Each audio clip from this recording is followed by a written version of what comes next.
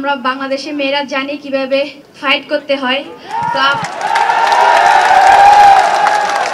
ধন্যবাদ জানাচ্ছি আমাদের প্রেসিডেন্ট এবং আমাদের কিরণ ম্যাডাম এত কষ্ট করে আমাদেরকে এত সুন্দর করে স্বাগতম এবং সম্বর্ধনা দেওয়ার জন্য। আমি বিশেষ করে ধন্যবাদ জানাবো আমাদের প্রেসিডেন্টকে। আমাদের যা সুযোগ সুবিধা লাগে উনি আমাদেরকে ওভাবেই দিচ্ছেন এবং ভবিষ্যতেও দিয়ে যাবেন।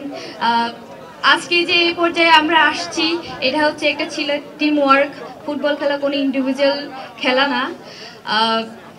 আমরা জানি, আমরা বাংলাদেশে মেয়েরা জানি কিভাবে কঠিন পরিস্থিতি ফাইট করতে হয়।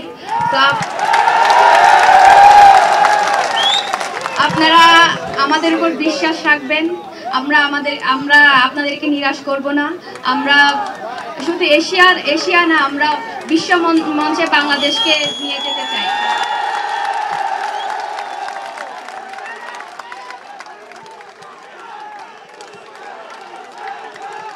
আপনাদেরকে ধন্যবাদ জানিয়ে আমরা